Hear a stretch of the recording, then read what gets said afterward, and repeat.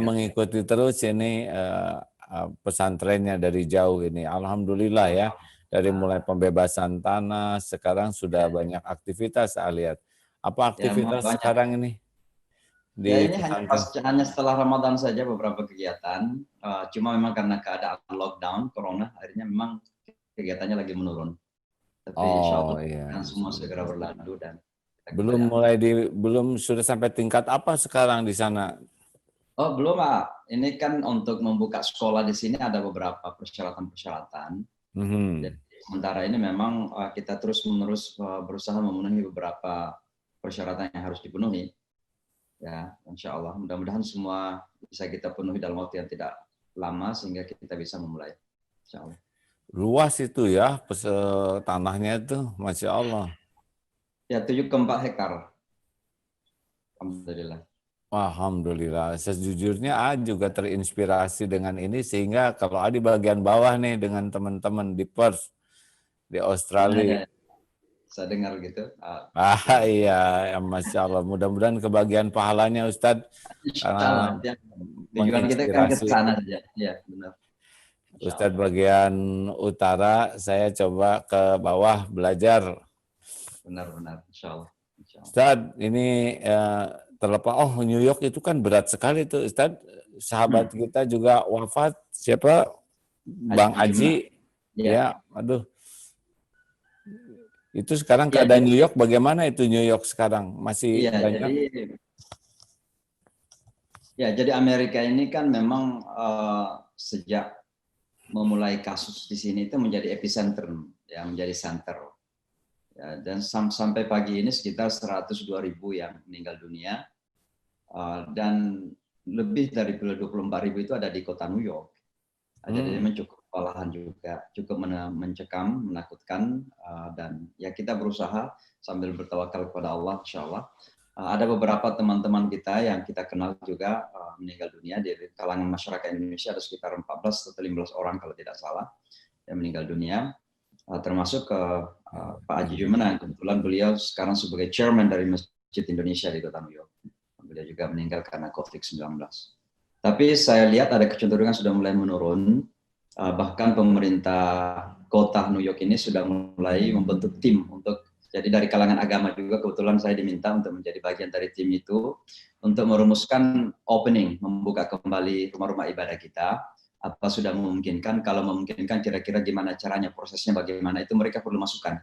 Maka insya Allah hari Kamis ini kita akan ada meeting, ada pertemuan untuk membicarakan kira-kira langkah-langkah apa yang harus kita lakukan untuk memulai membuka kembali rumah-rumah ibadah kita. Nah, apa yang Ustadz lihat nih? Kan ini di luar dugaan, negara besar, kemudian dari kejadian ini kan ada orang yang beriman, ada yang tidak punya iman, ada yang kurang iman. Apa fenomena yang Ustadz lihat pada sikap orang menghadapi semua ini? Kenapa bisa menjadi sebuah epicentrum? Apa yang bisa diambil dari semua ini, Ustadz? Ya tentu sebagai orang yang beriman, setiap kali ada peristiwa apapun itu, besar atau kecil dalam pertimbangan kita, semuanya kecil di mata Allah, ya tentu kita kembalikan kepada Allah. Ya, bagaimana Allah menuntun kita dalam melihat segala sesuatu yang terjadi dalam hidup ini. Saya melihat bahwa sejak beberapa dekade terakhir memang manusia ini sudah melampaui batas yang cukup gamblang, cukup nampak di hadapan mata kita. Mungkin dalam bahasa kita ya terjadi semacam kepungahan dan arogansi manusia. Ada masa-masa di masa lalu ini di mana Tuhan dideklarasikan sudah mati misalnya. Ini kan kepungahan yang luar biasa dari kalangan manusia. Maka saya kira Allah Subhanahu wa taala ingin membuktikan bahwa ternyata itu Allah eksis setiap saat, kapan dan di mana saja dalam suatu situasi apapun. Dan tanpa kecuali manusia ini adalah hamba-hamba Allah. Oleh karena itu ketika ini bermula dari Wuhan, kemudian merebak ke beberapa kota di Asia, lalu masuk ke beberapa negara Eropa, kemudian Timur Tengah, Afrika, dan seterusnya, masuklah ke khusus negara yang diakui sebagai negara adidaya. Dan ternyata negara yang adidaya ini pun ternyata tidak mampu melakukan apa-apa. Menunjukkan bahwa Allah ingin menyampaikan kepada kita bahwa otoritas tunggal itu ada di tangannya Allah Subhanahu wa taala. Mungkin dalam bahasa Al-Qur'an kita tabarakalladzi biyadihil mulk wa huwa ala kulli syai'in qadir. Ini yang ingin ditampilkan oleh Allah untuk kita semua, bahwa Allah berkuasa atas segala sesuatu, tanpa kecuali, semua di bawah satu kontrolnya Allah Subhanahu wa taala. Nah, dari segi kita dengan keimanan lebih mudah untuk memahami ini, bahwa memang eh, sebetulnya Allah sih tidak memerlukan menunjukkan kekuasaannya ya, karena memang sudah berkuasa atas segalanya. Ya. Hanya ini ada tanda-tanda kebesaran yang mudah lebih terbaca lah gitu, bahwa tidak ada yang berdaya. Nah, ingin lihat Ustadz mengamati tidak perilaku-perilaku orang New York itu seperti apa tuh menghadapi situasi Ya. ini kan. Jadi sekarang ini kan sedang dimunculkan konsep baru yang bernama new normal itu. Nah, new normal itu bukan sekedar kembali kepada kehidupan normal, tapi asal usul dari konsep itu adalah bahwa setelah peristiwa yang dianggap peristiwa besar ini, mudah-mudahan manusia ini menjadi kelompok manusia yang berbeda dari sebelumnya. Artinya apa? Dikehendaki ada perubahan-perubahan yang terjadi di situ. Nah, new normal society sesungguhnya menghendaki agar manusia ini tentu semakin sadar tentang kekeliruan-kekeliruan yang selama ini diperbuat. Yang kedua, tentu semakin sadar akan keterbatasan dan kelemahannya sendiri. Dan yang ketiga, yang terpenting adalah kembali kepada Tuhan, kepada Allah Subhanahu wa taala. Tapi saya agak pesimis melihat bahwa apakah ini akan merubah Amerika dan dunia secara umum. Karena justru saya khawatir bahwa peristiwa ini justru semakin akan dijadikan sebagai batu loncatan untuk memanipulasi kehidupan dunia ini, sehingga mereka yang kaya akan semakin kaya. Maka berlomba kemudian menemukan apa yang disebut dengan vaksin misalnya. Kita belum pernah lihat selama ini Bill Gates misalnya terjun dalam bidang kesehatan. Selamanya kan di bidang IT, komputer, ya, digital dan sebagainya. Tapi sekarang ini begitu aktif ya, membicarakan tentang vaksin untuk menghadapi corona ini. Artinya apa? Ada bagi manusia-manusia materialistik ini, dilihat ini sebagai peluang untuk semakin bersikap materialistik, ya. Dan ini kekhawatiran kita bersama. Dan oleh karenanya, minimal kita umat Islam harus mengambil pelajaran penting ini, bahwa kita disadarkan oleh Allah Subhanahu wa taala, sehingga dengan kesadaran ini kita membangun tanggung jawab untuk menyadarkan manusia di sekitar kita. Itu barangkali yang terpenting kita lakukan sekarang. Tapi Iya, saya benar. agak pesimis bahwa Amerika akan berubah dengan ini. Ya, memang new normal yang pahami itu adalah kehidupan baru, satu akan lebih beriman ke Allah, itu new normal ya, karena Ya. sudah melihat tanda-tanda kebesaran Allah yang begitu nyata betapa kita. Yang kedua, new normal kedua, orang tuh lebih tawadu lah, lebih rendah hati, lebih merunduk bahwa dirinya tuh nggak ada apa-apanya, nggak bisa apa-apa. Yang ketiga, new normal itu adalah jangan terlalu cinta dunia. Ternyata dunia yang dimiliki juga tidak bisa menolong sama sekali. Ya, mau gimana-gimana juga.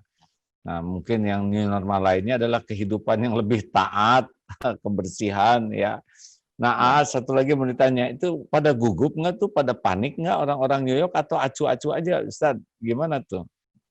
Ya, saya kira pada umumnya panik ya, karena orang-orang ini kan tidak terbiasa dengan sebuah Ancaman gitu? aman ya, kemudian ini mendadak ya, dan tanpa kira-kira di luar perkiraan mereka.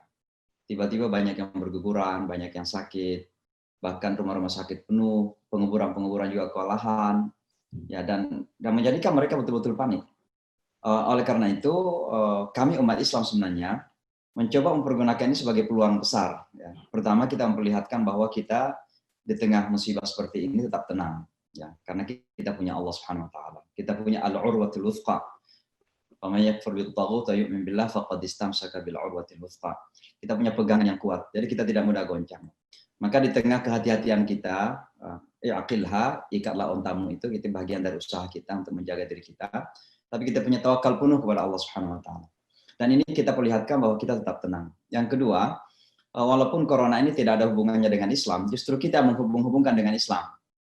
Ya. Beda dengan 9/11, jadi musibah 9/11 2001 itu memang Islam yang dituduh sebagai pelaku. Nah, kan sekarang nggak ada alasan untuk menuduh Islam sebagai pelaku corona ini. Maka tapi kita menghubungkan dengan Islam, bahwa coba lihat, di saat corona terjadi, kemudian Anda memerintahkan kita untuk cuci tangan, membasuh muka, membersihkan diri. Maka sungguhnya kita dalam Islam sudah ada dari dulu. Kita ada minimal 5 kali sehari semalam ada wudhu. Tapi lebih dari itu, justru kita menampilkan bahwa Islam betul-betul ada kontribusi. Kita ini berada di garda terdepan untuk menjadi solusi dari permasalahan-permasalahan manusia. Maka kita misalnya beberapa masjid melakukan apa yang disebut public kitchen, dapur umum, kita buat makanan, lalu kita antar ke rumah sakit. Karena dokter kita itu bekerja hampir 24 jam. Mereka memerlukan makanan, para juru rawat, dan sebagainya. Bahkan kita mengumpulkan dana, kemudian kita mengumumkan secara masif bahwa bagi mereka yang membutuhkan kebutuhan pokok, beras, nasi, gula dan sebagainya, kita antarkan depan pintu mereka. Mereka ketakutan keluar. Dan alhamdulillah memang di Kota New York cukup taat dengan aturan bahwa dilarang keluar ya tidak keluar. Ya beda misalnya kita di Indonesia terkadang ada larangan tapi tetap juga ya mungkin ada keterpaksaan, kita nggak tahu ya, karena orang juga perlu pemasukan dan sebagainya. Tapi di sini rata-rata taat hukum, maka kita memperlihatkan kepada mereka bahwa kita bisa memberikan bantuan sebagai bagian dari rahmatan lil alamin kita. Oh ya, mudah-mudahan hikmahnya mereka juga bisa melihat Islam itu bagian dari sesuatu yang indah yang jadi solusi. Ya, walaupun mungkin tidak semua kebagian, tapi setidaknya ini kesempatan untuk dakwah